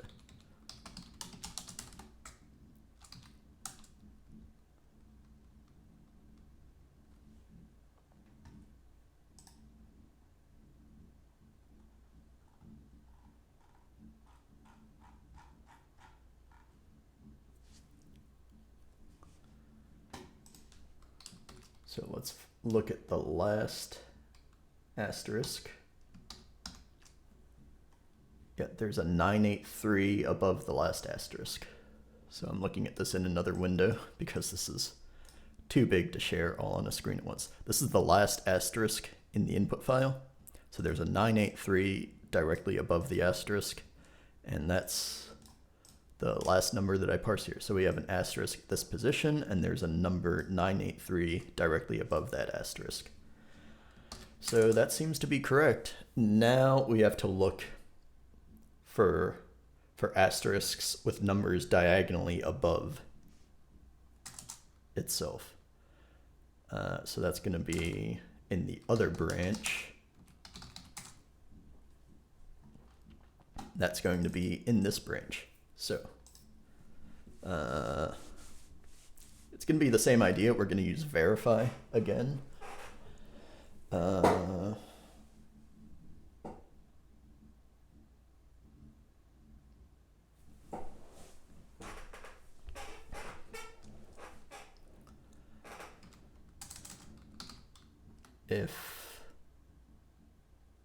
Let's do it like this. Let's just hard code a condition if there's a number above and to the left, and if there's a number above and to the right.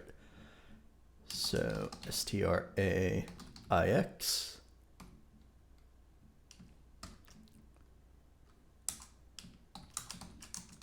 Then this is going to be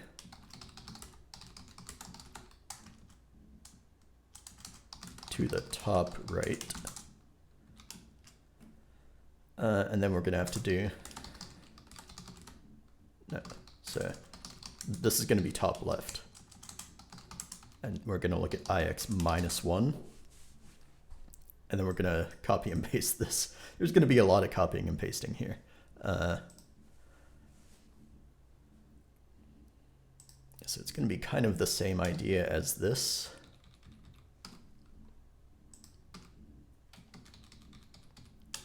But every time we have ix,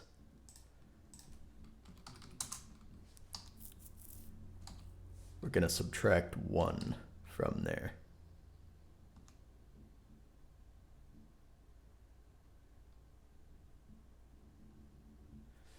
Do I need to know the end? I might as well put that in here.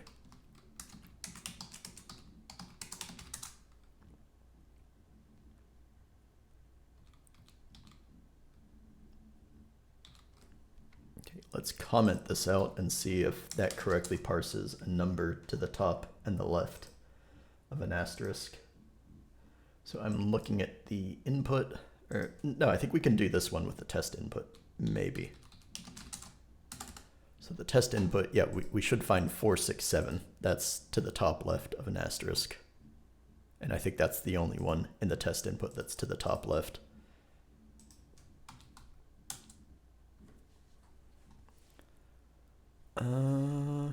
Yeah, so we found 467 there.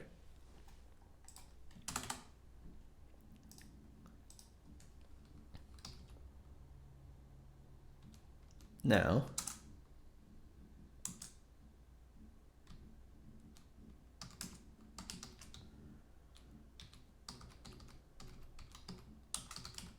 if is digit, now if there's one to the top right,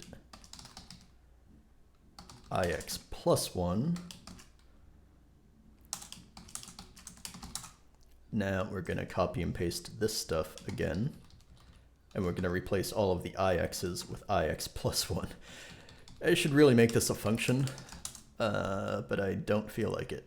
For some reason it's easier to copy and paste right now. So this is going to be plus 2, this is going to be plus 1, and this is going to be plus 1.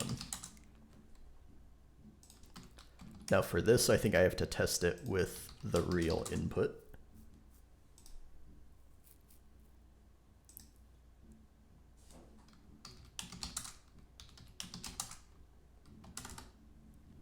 Because, oh no, there's a 755 here to the top right.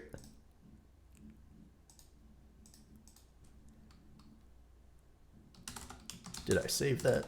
Okay, let's run that again, and now we should find 755. Yeah, so it looks like we found 755. All right, so that takes care of the row above.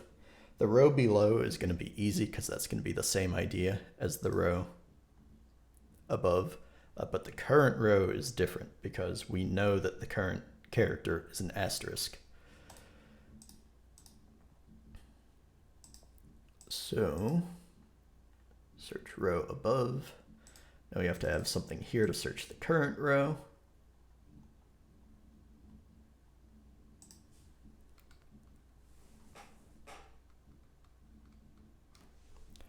Maybe instead of STRA, where the A stands for above, maybe I want to replace this with L, STRL for STR local. And then I can reuse this every time I paste it without having a confusing name.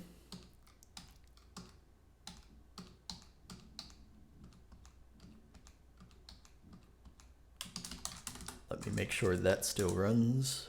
All right.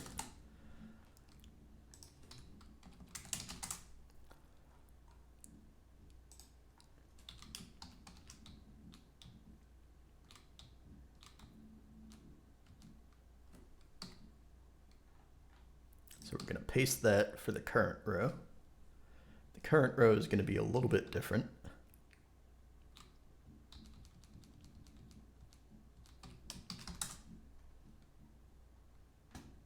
Because it's never going to have this block because we know we're on an asterisk. So this block does not exist. Where?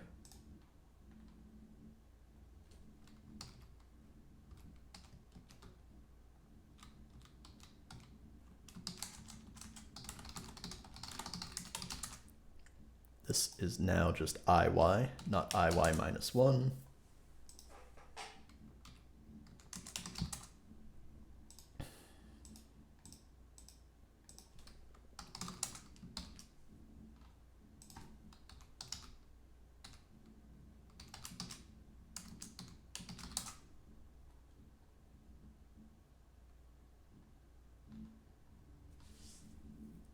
This code is super messy, but I think I can get it working.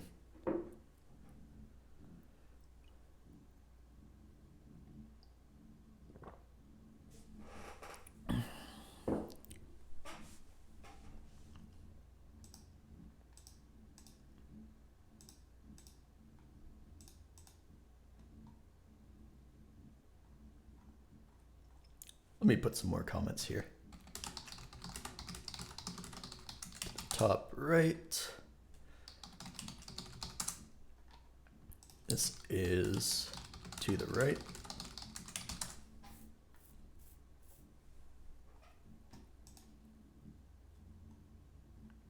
Let's print some of these.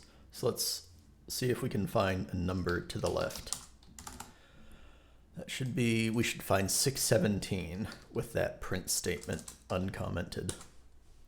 So we found 617. Good. And that's the only one in the test input. Now can we find a number to the right? I don't know if we have any of those. No, we don't have any numbers to the right in the test input, so I have to do the real input.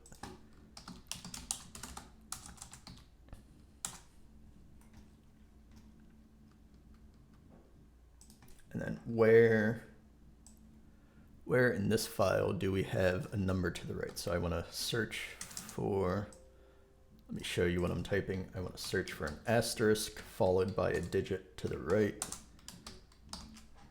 And there should be 648. That should be the last one in the file. And it crashed.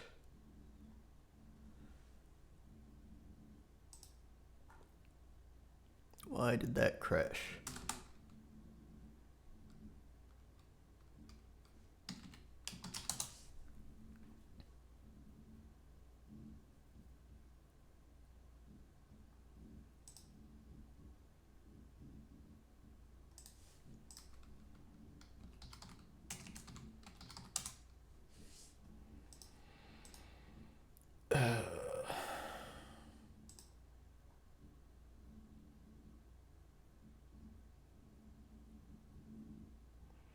So when we verify to the right, this could hit the end of a string.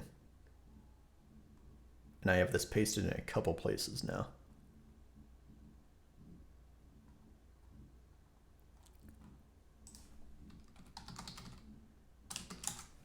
I might have a similar problem verifying to the left. Or not. No, because if I verify back and the entire row is all digits all the way to the left, then this is going to return -1, and this is going to do what I want anyway, because it's going to start at 0. But if I verify to the right, and the entire rest of the line is all digits all the way to the right to the end of the string, this will return -1.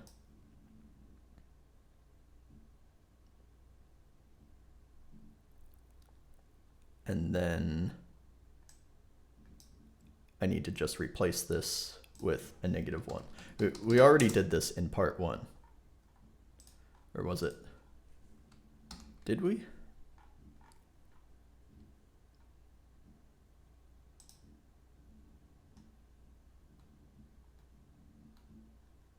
No, maybe we did this yesterday. I have a distinct deja vu feeling that we handled this logic in the last day or two, but maybe it wasn't today.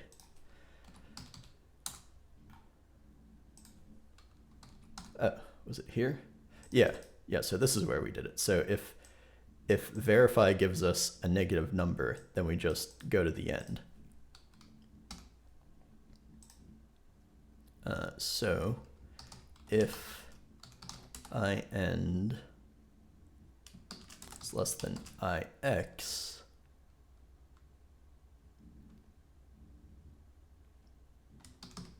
that means IN equals IX.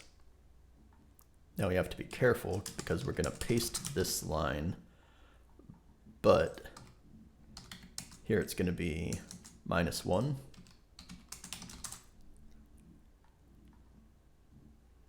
And here it's going to be +1, I think.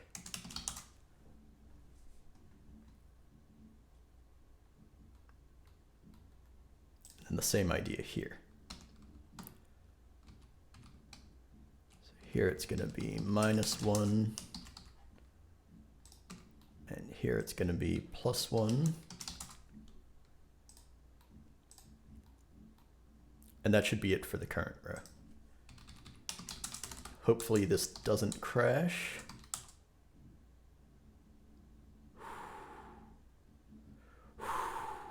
Okay, so what am I looking for? I'm looking for 648. That's the last number to the right of an asterisk.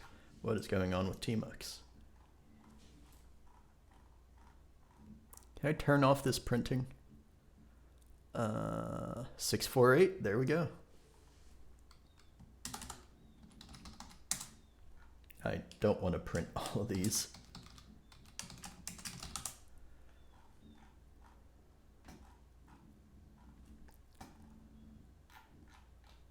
even though I just commented out, I want to move this up because that's not where I would want to print it if I print it anyway. So I'm going to put this here. This is right after we save the strings, so that's where I would want to print the strings if I need to debug that. But it's commented out anyway, so it doesn't really matter. Okay, so we have the current row. I think we already tested numbers to the left, then we just tested numbers to the right. Now we have to search the row below. The row below is not difficult. This is just going to be the row above, copied and pasted verbatim. It's exactly the same logic, other than like this guard at the top, which we already have that guard in place. So let's yank that, and then search the row below.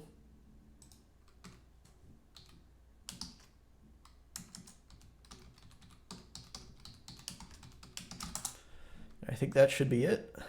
Basically, this should search for all the numbers. This is a lot of code. Okay, we only have 300 lines for this day, so it's not as much code as I thought. I just copied and pasted all over the place. This could definitely be dried up significantly, though. You can make this a lot shorter. But I think this should be it. This should give us part 2. Let's try it on the test input.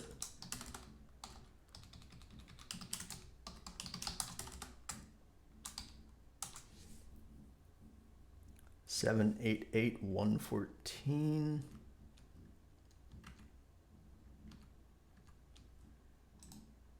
That's not right. That is not right.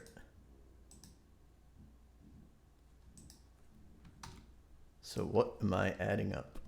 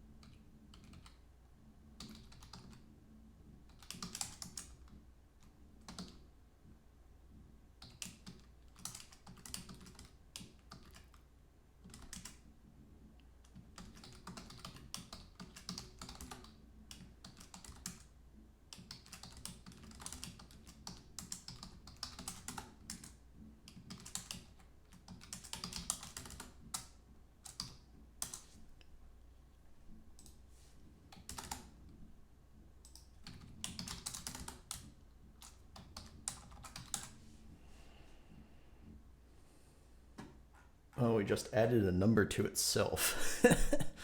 Or multiplied a number times itself. What the hell? Yeah, that doesn't make sense.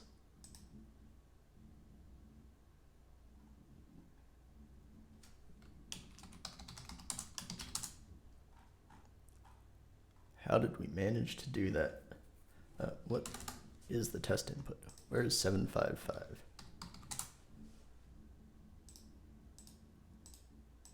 How did we find this twice? Did I not scan the right row for the row below? Yep, there it is. That should be +1.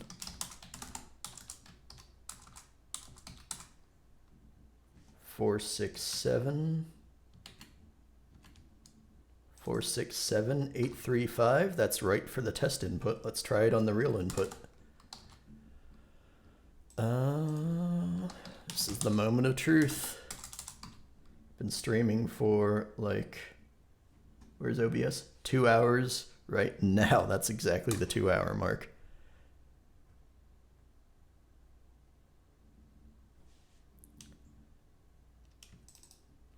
Let's see, is that right? Hopefully this hasn't overflowed 32-bit integers. If it did, I do have a 64-bit integer type in syntran, which I just implemented like a couple weeks ago, because I know I'm going to need it for the advent of code eventually, but I don't think I need it today. This is only 87 million, and I'm not seeing any negative numbers scrolling up. But I could be wrong. Let's see if this is right. Oh, let's go.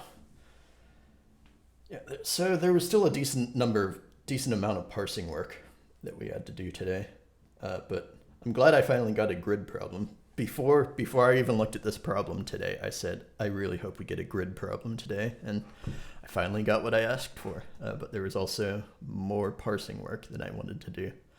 But what are you gonna do? That's the advent of code. There's always something that you have to parse. So yeah, that's it. I've got a perfect record so far. We'll see how much further I can get with syntran, because eventually I'm going to need recursion, or I'm going to need user-defined types or structs or whatever you want to call them. And those are features that I don't have in syntran yet. So pretty soon I'm going to get stuck. Could be tomorrow, could be around like day 5 or so. We'll find out. I'm going to keep trying until I fail. And when I do get something that I can't do in syntran, I think I might just switch to Fortran and see if I can do it in a language that has more features that I'm comfortable with. So let's get this committed and pushed, and then I'm going to end the stream for today.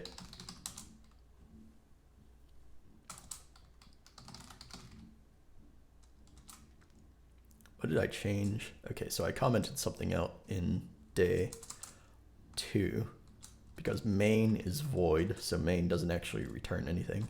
We added count lines and verify back and is digit to the utilities.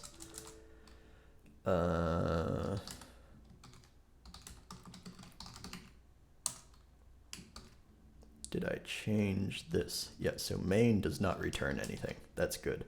Main is void. That's the way I want it. Let's add the current directory. Yep, so we have input, and we have our main program for day 3, and then we have the test input, and then we changed some minor things yesterday and in the template and the utilities.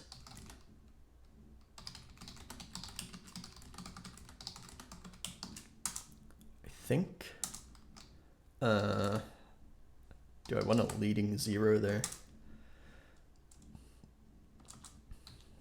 I don't want a leading 0 there.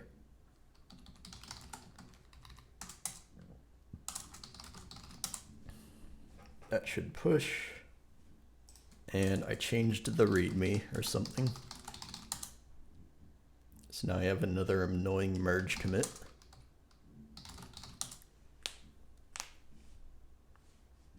And that should do it. Let's verify that that pushed. There it is. There's our code for today. Yeah, we've got the chat window hiding everything. Oh no, my chat window is frozen. There we go. Why is it showing the whole input? I guess it's only 100 lines. And here's our code for day 3. Part 1, and a whole bunch of copied and pasted stuff for part 2. This could be dried up significantly, but this is throwaway code, so who cares? Yeah, I think that's it for today. I will catch you next time.